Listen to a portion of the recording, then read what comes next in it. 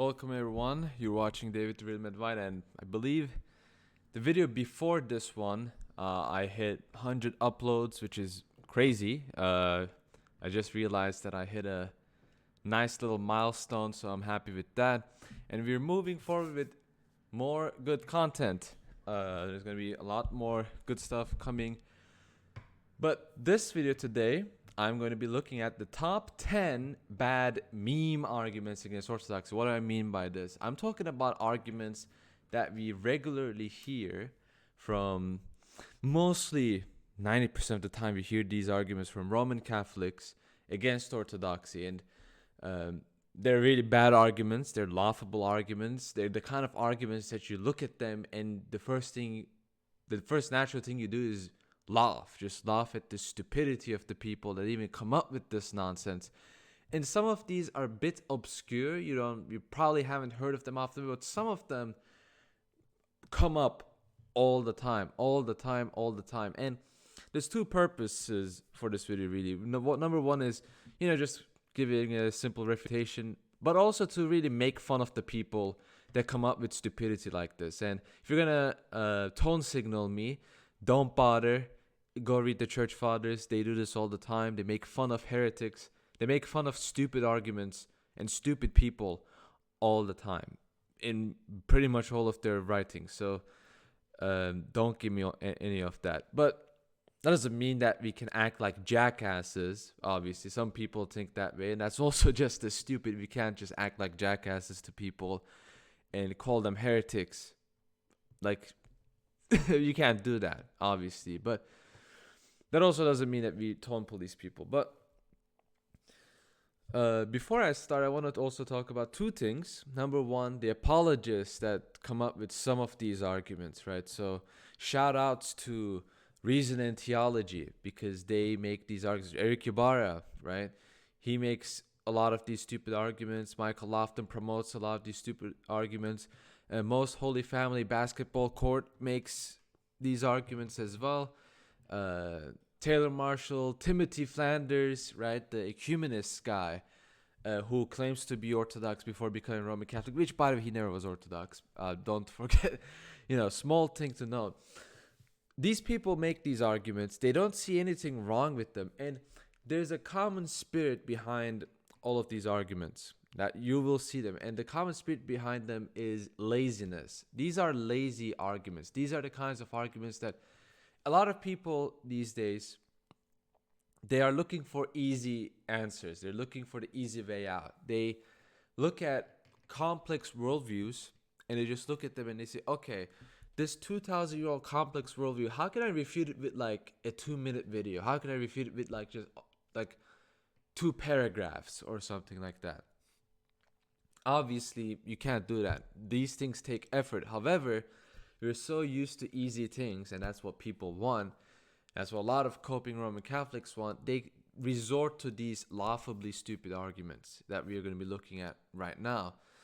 But that's the common spirit behind it, right? And the church fathers, when they talk about scripture, they mention how the doctrines of scripture, for example, is like a treasure. It's like when you read scriptures, you're kind of like treasure hunting. You're knowing more about God. Treasure hunting, the thing about treasure hunting is that it takes effort. It's not something that's easily done. It takes a lot of effort to find the right treasure, to get the fruits of it. Again, it's not easy. And that's what I'm calling people to do, is that even if it's not easy, you should read the scriptures, you should read the church fathers, and you should not resort to grifters online who come up with stupid arguments like this. I was one of those people, and 3-4 years ago, it's not a good place to be. But now I finished my intro, so we can finally start with these terrible arguments. Number one, and these are not ranked in order, but this one in specific is the number one argument. I want to start with the number one worst argument. Which Orthodox? And if you haven't heard of this stupid argument before, it's literally just, which Orthodox church do you want me to become, right? If you say, become Orthodox, Roman Catholic will say, okay, which Orthodox? Greek, Serbian, Georgian? And they think they're smart when they say that. But before I even talk about that, Eric Ibarra makes this argument. not Michael Lofton, but I haven't heard him make this argument. He probably supports this argument, though, let's be honest. But I've seen Taylor Marshall endorse this argument, and I've seen Timothy Flanders make this argument. Now, we've covered this in the lengthy stream I did against Taylor Marshall, against Orthodoxy, which is my most popular video. And Eric Ibarra's argument I've also dealt with in another video called Eric Ibarra's Fatal Flaw in Orthodox Christianity, something like that. The videos are going to be on top right. They're going to show up, or they're going to be in the description below. So what does this argument mean? Well, some people, they look at the word orthodox, right? They say, Eric Ibarra makes this argument. He says, well, in the world of orthodoxy, there are many orthodoxes. And what he means by that is that you have many orthodoxes, like Oriental Orthodox and Eastern Orthodox, like the Syriacs, the Copts, the Greeks, the Russians. Now, here's the thing, Eric Ibarra, and he basically said in my comments, that's not what I mean. Anyone with a brain sees what you mean, you idiot. But here's the thing with this argument. It fails to distinguish the Monophysites with us, right? Oriental Orthodox, what people refer to Oriental Orthodox, obviously not the same thing as actual Orthodox. Orientals, first of all, again, as I said, are Monophysites. Or Christology is vastly different. And a lot of things are also different. Even they themselves say so. I mean, how they understand essence changes distinction is different. If we are to trust some of their conferences that they did. Now, that's a different topic, but what I'm getting at here is that some people mix us with Monophysites. Some of them are prominent Roman Catholic apologists online, which is what makes this really stupid. And the second thing are people that think, Greeks, Serbians, Bulgarians, Georgians have different doctrines. No, the Orthodox communion does not have different doctrines. Okay, we don't have different dogmas. We all believe in the same dogmas. And some other people will cite, well, the Greek-Russian schism, does that mean that there are two Orthodox churches now? No, that's not true. If that was the case, then the early church were a bunch of different churches. Therefore, the crazy Protestants, the crazy atheists will have to be correct in that scenario. A great example will be the post-Ephesian schism, right? After the Council of Ephesus, there was a schism between Antioch and Alexandria for 2 years. This schism was doctrinal, by the way, so it's even worse than the Greek-Russian schism. And so by that logic, there had to be an Antiochian church and an Alexandrian church that are separate. But here's the thing. All the other churches were in communion with both churches. And in the scenario with the Greek and the Russian churches, the churches are still in communion with each other. And both sides still recognize each other as part of the church. So it's not as if there are two different churches now. And I want to use this example because this argument is a self-own. So I've seen this recently. I've seen people make the same argument recently, but I've never seen before. So he literally says, which Orthodox church are you talking about, to an Orthodox Christian? And he cites this Wikipedia page. Now, if you read this, you will say, wait a second, what's going on over here? So I'll read it for you. Today, 5 churches use the title of Patriarch of Antioch. So there are 5 patriarchs of Antioch. Let's look at who are these patriarchs. 1, the Syriac Orthodox Church. These are the Monophysites. 2, the Eastern Catholic churches, of whom are Syriac Catholic Church, Melkite Greek Catholic Church, and the Maronite Church. And then there's the Greek Orthodox Church of Antioch. So he thinks he's smart. He's like, which church do you want me to be? Here's the self-own. The Eastern Catholic churches are Roman Catholic churches. There are literally 3 different patriarchs of Antioch in the Roman Catholic system. And here's the thing. If I was an Orthodox Christian in Antioch, let's say, and an Antiochian Eastern Catholic Roman Catholic came up to me and said, become Roman Catholic. And if I said, which Roman Catholic do you want me to be then? That will actually be a legitimate argument, because in the city of Antioch, I'd have to choose between the Syriacs, the Melkites, and the Maronites. So in that case, that argument actually does make some sense. And it makes some sense because these three different churches also had different theologies, right? The Syriacs, the Maronites, the Melkites, they don't have the same exact theology now, do they? Right? One of them has Latin theology, one of them has Monophysite theology, and the other has Byzantine theology. So they're not the same. And that's the problem with this argument. It's a self-own.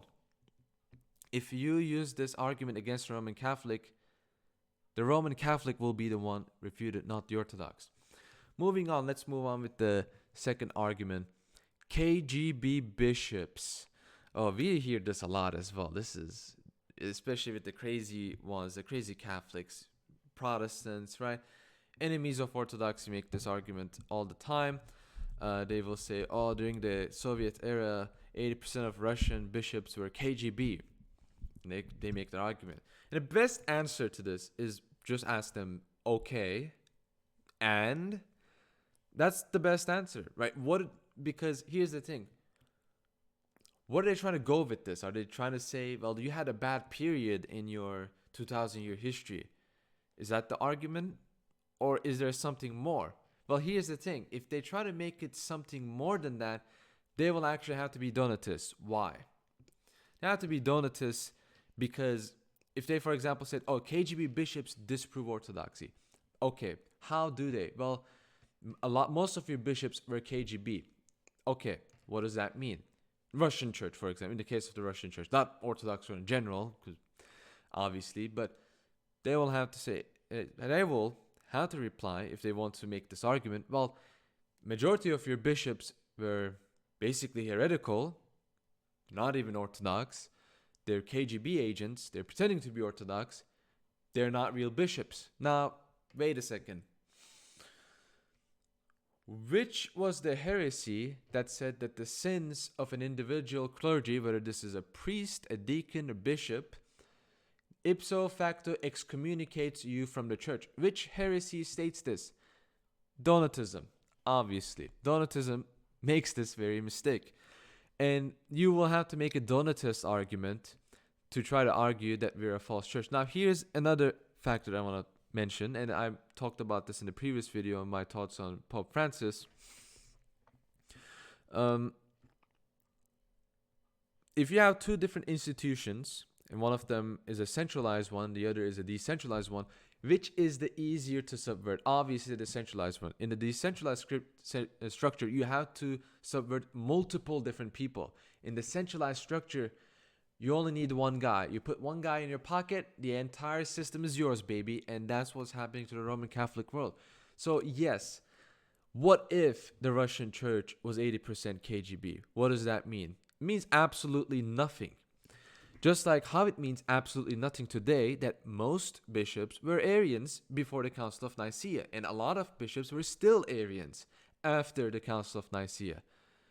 What does that mean? It means nothing. Does not mean anything if you are an actual Christian. Now, if you're an insane atheist, or you're some history nerd, atheistic history nerd, or a crazy Protestant, okay, this is not nothing for you. But we don't take you seriously, so who cares what you think? My point here is this argument is not even an argument. It's not even a proper argument. It's just trying to attack Orthodox Christians by using kind of like a red herring and anticipating the people to kind of connect the argument on their own. But if you just ask them, okay, and there's really no answers. And obviously today, there are no KGB bishops. But no, here's what they're gonna say. Okay, I am David Remet. I am KGB, even though I've never even visited Russia. I get my paycheck from KGB. Or actually, let's make this a little bit crazier. I am actually a Turkish MIT agent. I get my paycheck from the Turkish government. My mission is to cause issues between different Christian denominations and make these people fight each other, right? That's my job. I am a Turkish agent. That's my job. My friend Jay is a KGB agent, and his job is the same thing. We're both collaborating with each other. So actually, Turkey and Russia, Turkey and the Turkish agency and the KGB, even though KGB doesn't even exist anymore, are best friends. This is the sort of idiocy that these people resort to. I've actually seen people come up with this, but Just want to mention, since we're talking about a lot of idiotic things that people come up with. Number 3, Greeks were invaded by Muslims. I'm not going to spend much time on this. This is prosperity gospel nonsense. Catholics use this argument regularly. Protestants use this sometimes. They basically say, oh, well, if Orthodoxy was the true church, then why did God let you be invaded by Muslims? I mean, you guys had Anatolia, you guys had Middle East, and you got invaded by Muslims. So that obviously means God is not by your side. This is a very retarded argument. It's the kind of a subhuman argument that a human being should not even be making. And here is why. First of all, did you even read the Old Testament? Israel, the people that God was with, right? Those guys, right? The Old Testament Israel guys, right? The ones that we succeed, right? Those guys. How many times they get invaded? I can't even count how many times they got invaded by Babylonians, Assyrians, all of these different people. Egyptians, right? They got invaded so many different times. And that is not proof. By the way, it doesn't prove, like, being persecuted and invaded doesn't prove that you're the true church. It doesn't prove anything, right? If you're the punching bag of people, that doesn't prove that you're somehow the true church, right? Neither are you the true church or the true religion if you conquer everybody, obviously. But these people haven't even read scripture. That's number 1. Number 2 is the argument falls flat under its face. Again, it's a self-own, because the eastern provinces, when they were invaded by Muslims, pretty much all of them, when they were invaded, were in communion with the Roman Catholic Church, in their view, right? So some of these invasions happened pre-schism. So obviously the Roman Catholic has to say, well, they were in communion, so they were part of us. So actually we lost that land. Constantinople, when it got invaded, they were uniated. Okay, Constantinople rejected Florence in 1484, like officially speaking. So that Constantinople got invaded after Florence, which is, by the way, that's another topic by itself. All of these different jurisdictions got invaded when they were in communion with Rome. So according to that logic, actually being in communion with Rome is the bad thing. And the Vatican itself got invaded numerous times as well. Crickets. But then these same Roman Catholics who make this argument will then go on to say, oh, us being persecuted actually proves that we're the true church. Yes, and also no, obviously. It's very obvious to see why that's a stupid argument. That's an argument that a 80 IQ village woman will make. That's not an argument that a human being will make. Let's be honest. That's an argument that a superstitious, crazy person will make. Moving on, in connection with this, Council of Florence. Now, I'm not going to spend too much time on this. First of all, the Orthodox world didn't even accept Florence. I've made a stream with Jay Dyer on this. I talked about this for an hour. I've read Vasil Popov's book on the Council of Florence, which is based on the testimony of Byzantine historians, what happened there. The Patriarch of Constantinople died before even signing on the council. There was a lot of skullduggery at the council. It makes the council of the second council of Ephesus, the robber council that Pope St. Leo calls, it makes that council look like a children's playground. All right. Once you actually read about the Council of Florence, you will realize what I'm talking about. And I urge everyone to read about what happened in the Council of Florence. I mean, a lot of different things happened. Here's one of the things that happened.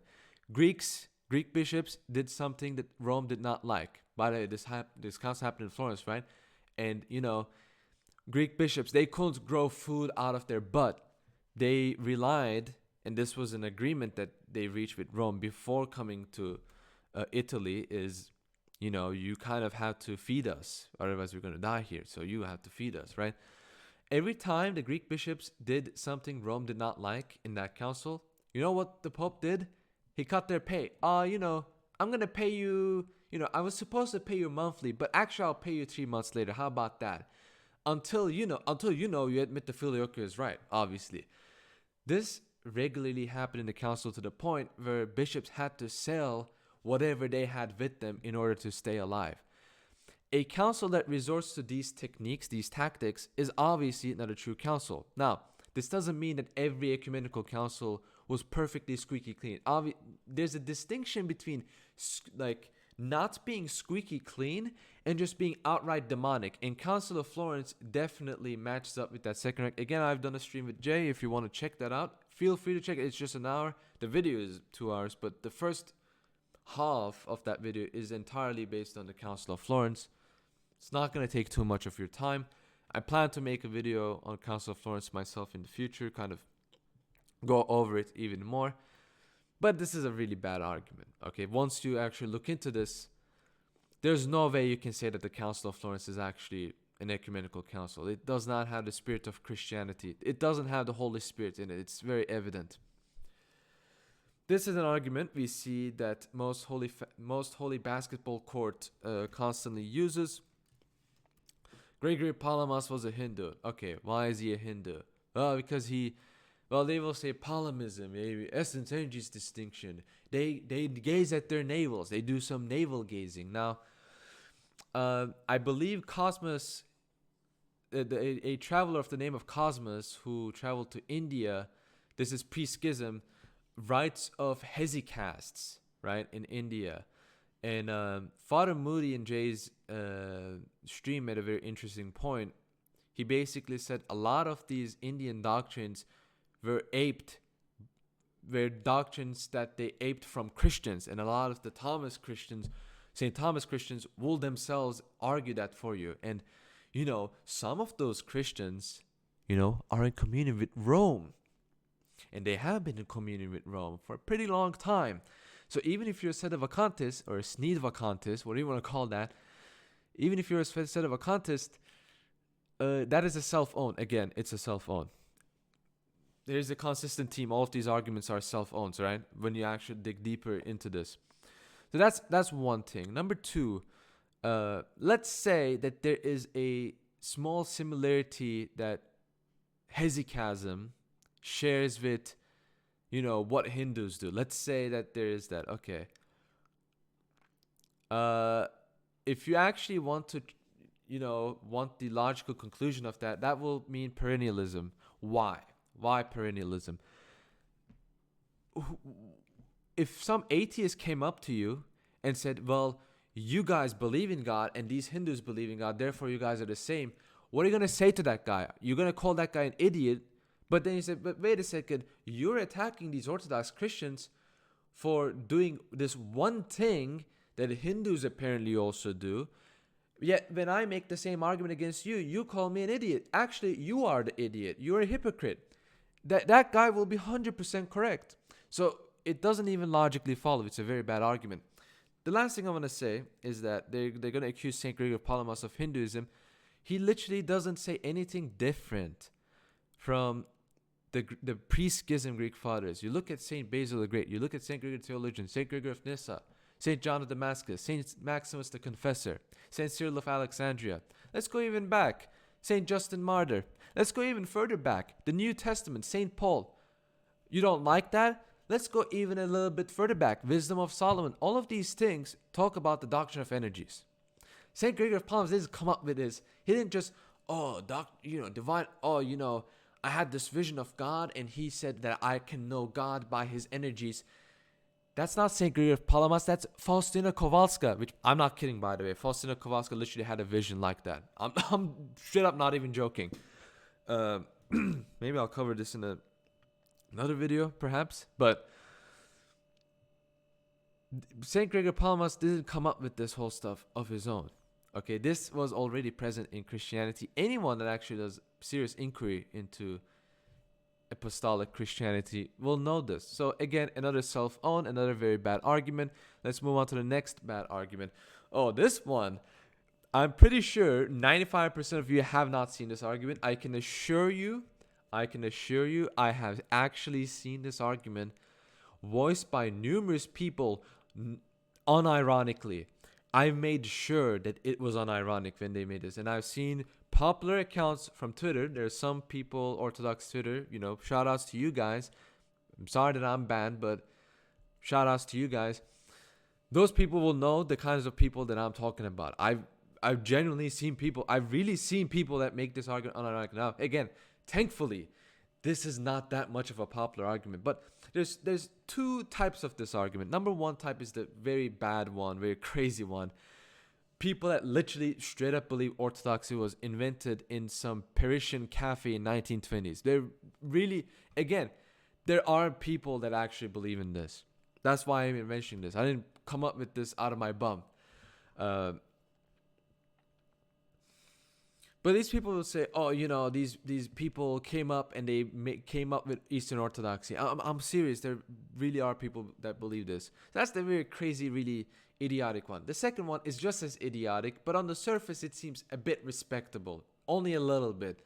And that is, okay, look, that's an exaggeration. Obviously, Orthodoxy existed before.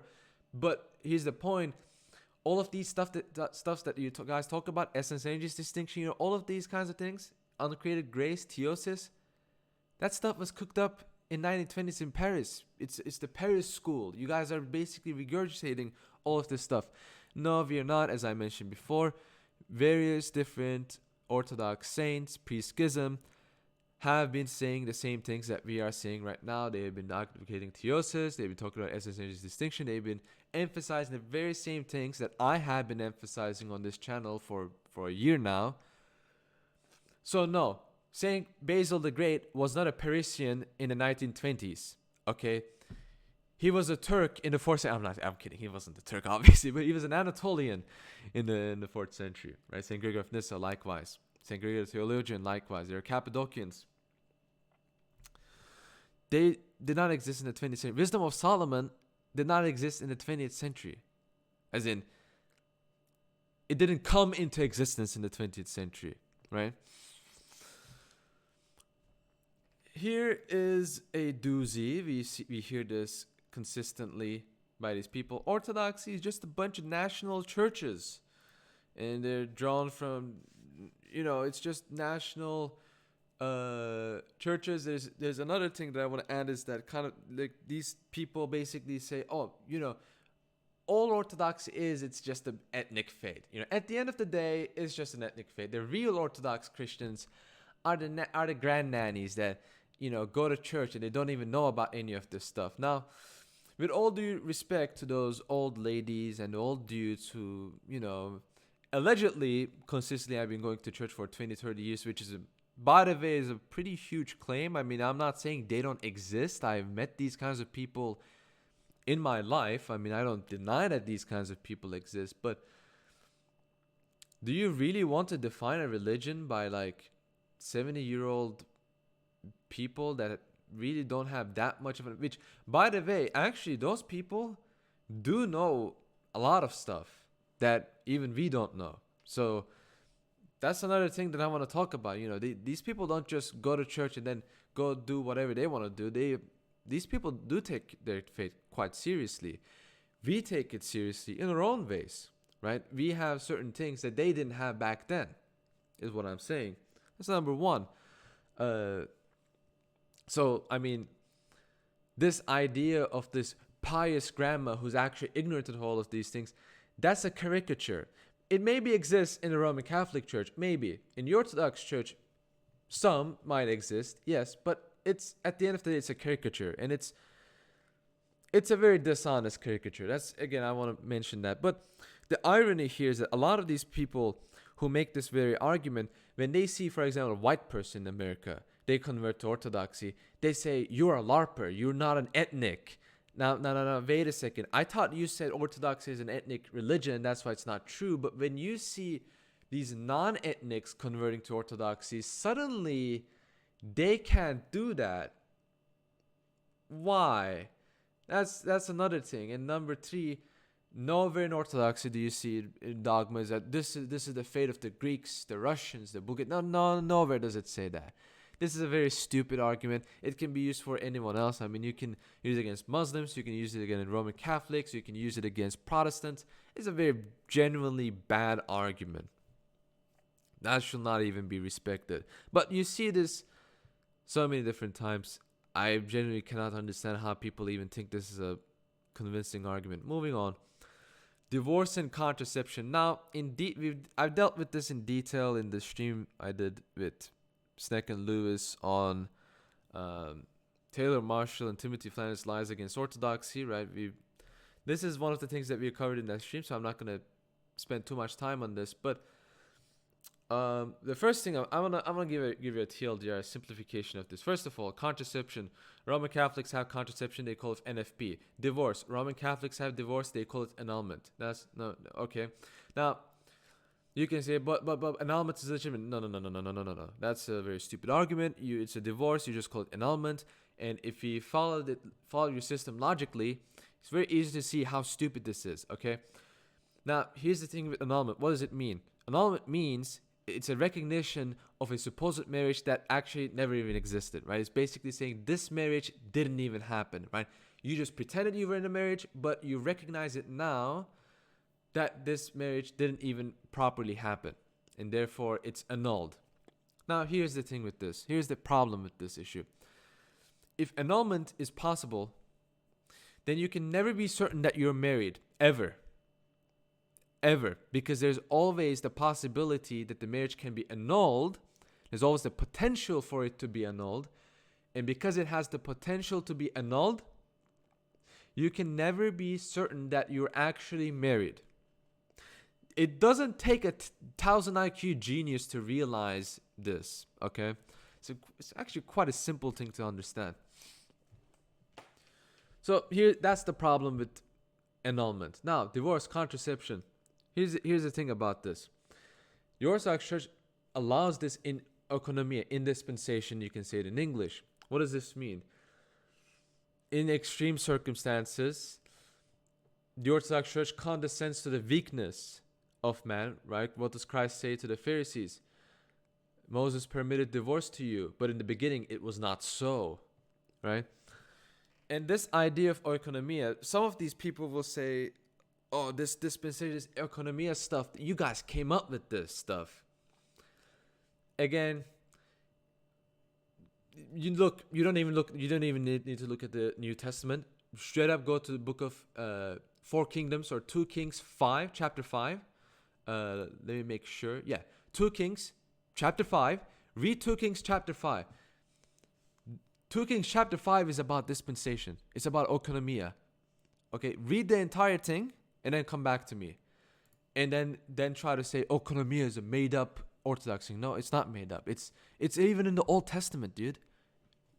And again, and the thing about oikonomia, the beautiful thing about this is, if something is oikonomia, let's say that a couple is divorced due to oikonomia, for example. A couple is divorced due to oikonomia. It's being oikonomia presupposes that it's the wrong thing. That's the bad thing. The whole idea is that you're allowing something bad to prevent a greater evil. That's the point of it, you see. And if you have a problem with that, you have a problem with the Old Testament, because, buddy, a prophet allowed a king to pretend to worship a pagan deity. He didn't say, well, that's a good thing. Neither did he say you did bad, but he allowed it. He was neutral to it. He allowed it. A prophet allowed this to happen, which is actually normally unacceptable. You shouldn't even be doing that. But in that circumstance, in order to prevent a greater evil, that was allowed. So this is a concept, again, in the Old Testament. It's not made up. And this argument, again, falls flat. And just like all of these arguments that I mentioned before, it is self-refuting, right? Here's a beautiful one. Orthodox do not have dogmas. So this is a very classic one. You will see these people, typical Roman Catholic apologists make this argument. Oh, Orthodox, they love saying they're traditional, but they don't have any doctrinal development, which, first of all, right, depending on what you mean, if you're talking about doctrinal development in terms of doctrine changing, heck yeah. It hasn't changed ever since the universe was created by God. But if you're talking about doctrinal development in the sense of us being more precise about our doctrine, that has happened. First of all, uh, Orthodox dogmas don't end with the Seventh Ecumenical Council. In fact, there's this Eighth Ecumenical Council, the Photian Council. Now you can say, okay, that's P-schism. All right. Well, the so-called Palamite synods of the 14th century are also dogmatic. Every single Orthodox liturgy in the Sunday of Saint Gregory Palamas, then we recognize the Hesychast synods, also known as the Palamite synods that were in the 14th century. Those are dogmatic. You literally cannot say, if you go up to an Orthodox person and say, I don't accept the Hesychast synods, you can't do that because it's literally in the liturgy. It's in the worship itself. It's dogmatized. So that itself already proves to you that no, we don't need the papacy to have quote unquote doctrinal development in the sense of doctrinal precision. Okay? And even after that, you had more councils that clarified Orthodox dogmas on certain things. Now that's a different discussion itself. I'm not well read on those councils, therefore I will not make comments on those councils. However, this argument again is a complete fabrication. It's a lie. Dishonest people come up with this. Dishonest people who don't even bother to learn about Orthodoxy. And this, all of this stems, that's really the root of the problem. People that make this argument, they don't even look up Orthodoxy. If you're trying to refute a worldview, here's the thing that you will do. You will learn about it. You will look it up. You will try to learn about it. These people don't do this. And that's why we have to ridicule and laugh at these idiots. Because if we don't, people are going to think that these are actually serious people. They're not serious people. None of these people that make these idiotic arguments are actual serious people. Number 10, finally, this is the final argument.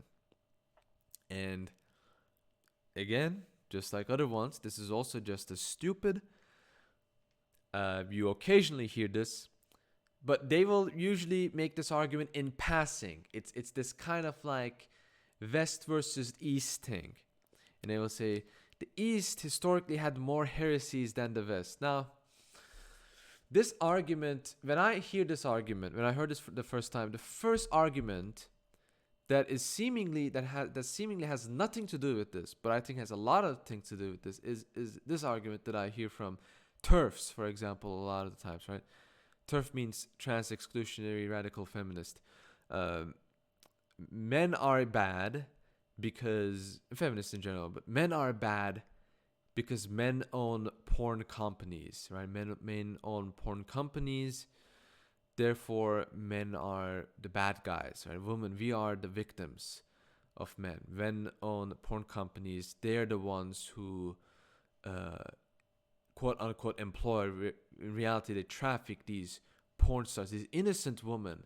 They make these women porn stars. They lock them in. They don't even pay them well, as if pay has anything to do with this. But it reminds me of that argument. And again, you might say, what does this have to do with anything? And some people, they're gonna get these brownie points, right? There's a lot of people, they invade my comments with these brownie points, trying to make themselves look good.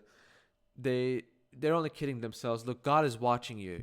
Remember that God is watching you. If you're gonna try something like that, pull off something like that, please remember that God is watching you, because it's not gonna be me dealing with this kind of stuff. It's gonna be you. You're not gonna be. When you literally lie about someone and then like try to spiritually one-up him in public, when you have to account for that in front of God, that's not going to be a nice thing. I'm not saying this to say God's going to damn you. I'm legitimately saying that you don't want to deal with that kind of stuff. Just like I don't want to deal with a lot of stuff that I have said in the past. But to move on with the main point, they're going to use this slogan, oh, you think of porn and you serious argument like that. No. Here's the thing. Here's the connection between them. Yeah, men own porn companies. Guess what men own? Men own everything, okay? Men own everything. The bad things and the good things, because that's what we naturally do. We rule, okay? Men rule. You might not like this if you're a feminist, but us men, we rule. Well, we rule badly and we rule in a good way. But that's what men do. And so to say men own porn companies is like, well, okay, but men also own anti-porn groups. So like, because men own everything again. And that's the connection between these two things. Yes, heresies came to the East more pre-schism. Yes, you can say that. But here's the thing. The East was the center of brain activity in those eras. Not the West, mind you. The East was the center of brain activity in those eras. And here's the thing with brain activity. The more brain activity you have, the more people you're going to have that's going to think they're smart and they're going to come up with retarded stuff. Okay? And here's another thing. The East maybe have more heresies than the West, but the East also had the solutions to the heresies of both the East and the West. That's the thing. And that's why you have the ecumenical councils, right? Who is a Christian that's going to say, who cares about ecumenical councils? We didn't even need them. No one, right? In a way, we can even be thankful to the heretics that they allowed us the opportunity to expand on God's divine dogmas and doctrines. But again, you see this argument numerous different times. It's in passing. You hear this in passing. It's very implicit. It's a sneaky argument. But once more, it's not even an argument. Is it a self-own? Maybe, but it's not even an argument, to be honest, because as I've said, everything came from the East in the pre-schism days. And if you're talking about post-schism, I mean, the greatest irony in making this argument is that the people responsible for the Protestant Reformation are saying this. The mother of all schisms and heresies, the people who gave birth to that, coming to us saying, you guys had more heresies. I mean, have you ever heard of something called Protestantism? That alone, you have thousands of different heresies. And maybe some of them, they came up in the with the heresies of the East. Maybe, I don't know. But I just think it's a hypocritical thing to say when you're a Roman Catholic, when you're making this argument. Again, as I said, a lot of these arguments are really arguments that Roman Catholics make. And these will be the top 10 absolute worst joke of a collection of arguments that Roman Catholics many times regularly make. And they make these arguments thinking that it's actually a legitimate own. So here's the thing. When you see someone make this argument, this can be your great friend. This can be someone you don't like. This can be maybe even your own parents. This can be this could be anyone. And depending on the person, if it's your parents, right, you be respectable, a bit more subtle. But if you see someone, what should you do? Should you take them seriously? No. What you should do is you should ridicule them. You should say, how can you even come up with something like that, right? If it's your parents, you mean, my love, my father, my mother, I love you both, but you guys really don't know what you're talking about. And if it's someone random, you can basically say, what kind of idiocy brought this to your mind? Because as I said, to people that are Orthodox, these arguments, again, this is my message to you, Roman Catholics. I'm saying this to all the Roman Catholics that make these arguments still today, to the present day. This is a message from me to you, to an Orthodox Christian to you. Okay, first, become Orthodox. But here's the other main message. The main message is become Orthodox. But here's the main message that I want to bring to you. When you make this argument to an Orthodox Christian or a collection of Orthodox Christians, I'm saying this. There's a saying in Turkish. A friend, I'm paraphrasing it. It's not a direct translation, but a friend says hurtful things. Basically, a friend criticizes you, and here's a friendly little advice. When you make these arguments to an Orthodox Christian, do you know what we think of you? I'm being completely honest here. And this is not due to like, I'm not being evil, I'm not being mean. Just fully honest. Here's what we think of you. We think that you're not even a human being. We actually think that you're a joke of a person. We think that you're an idiot. We think you're stupid. We think that you have a massive mental issue.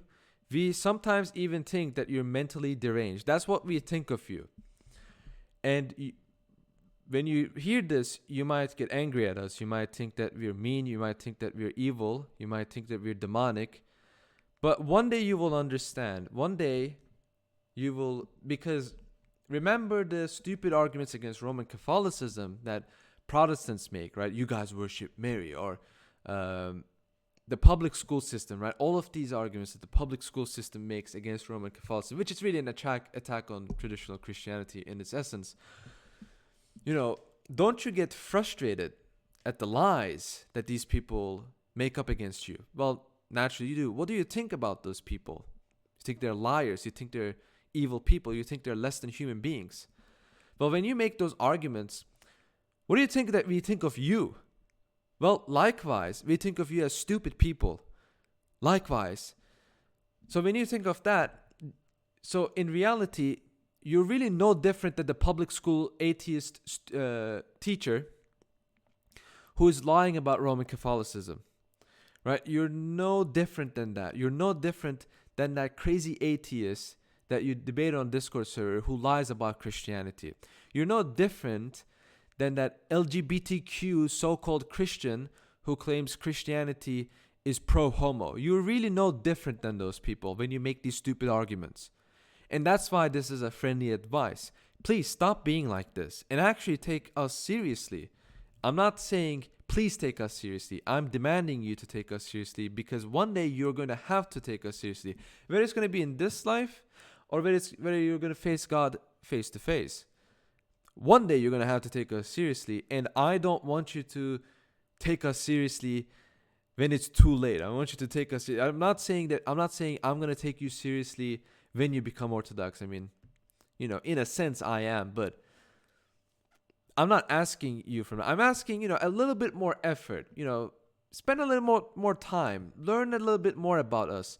Don't be afraid, because at the end of the day, a lot of these people who make these arguments, at the core of their beliefs, they're afraid because they know that their system is crumbling. They know that the Orthodox system, Orthodox Christianity, is a very viable option.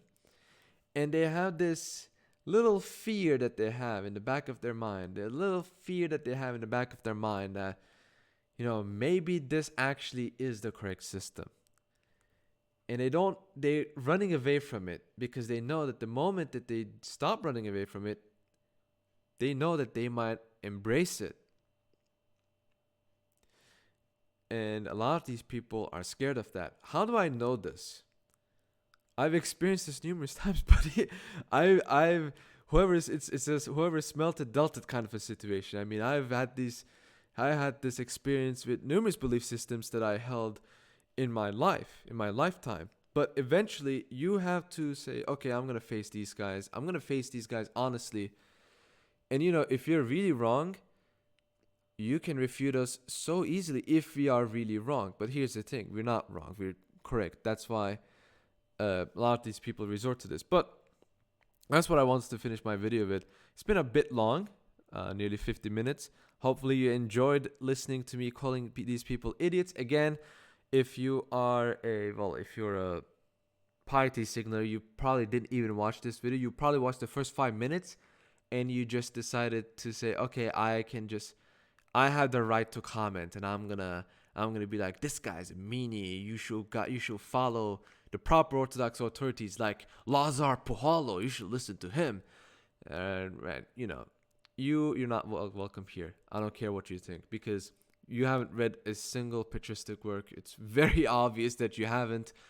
But again, I hope you enjoyed this video. I hope you maybe you learned something new. And again, if you're a Roman Catholic, look, I mean, we don't hate you or anything. It's just that, again, I consider you an atheistic public school teacher when you make these arguments. And I genuinely want you to stop making these arguments, because the level of discussion should not be this low.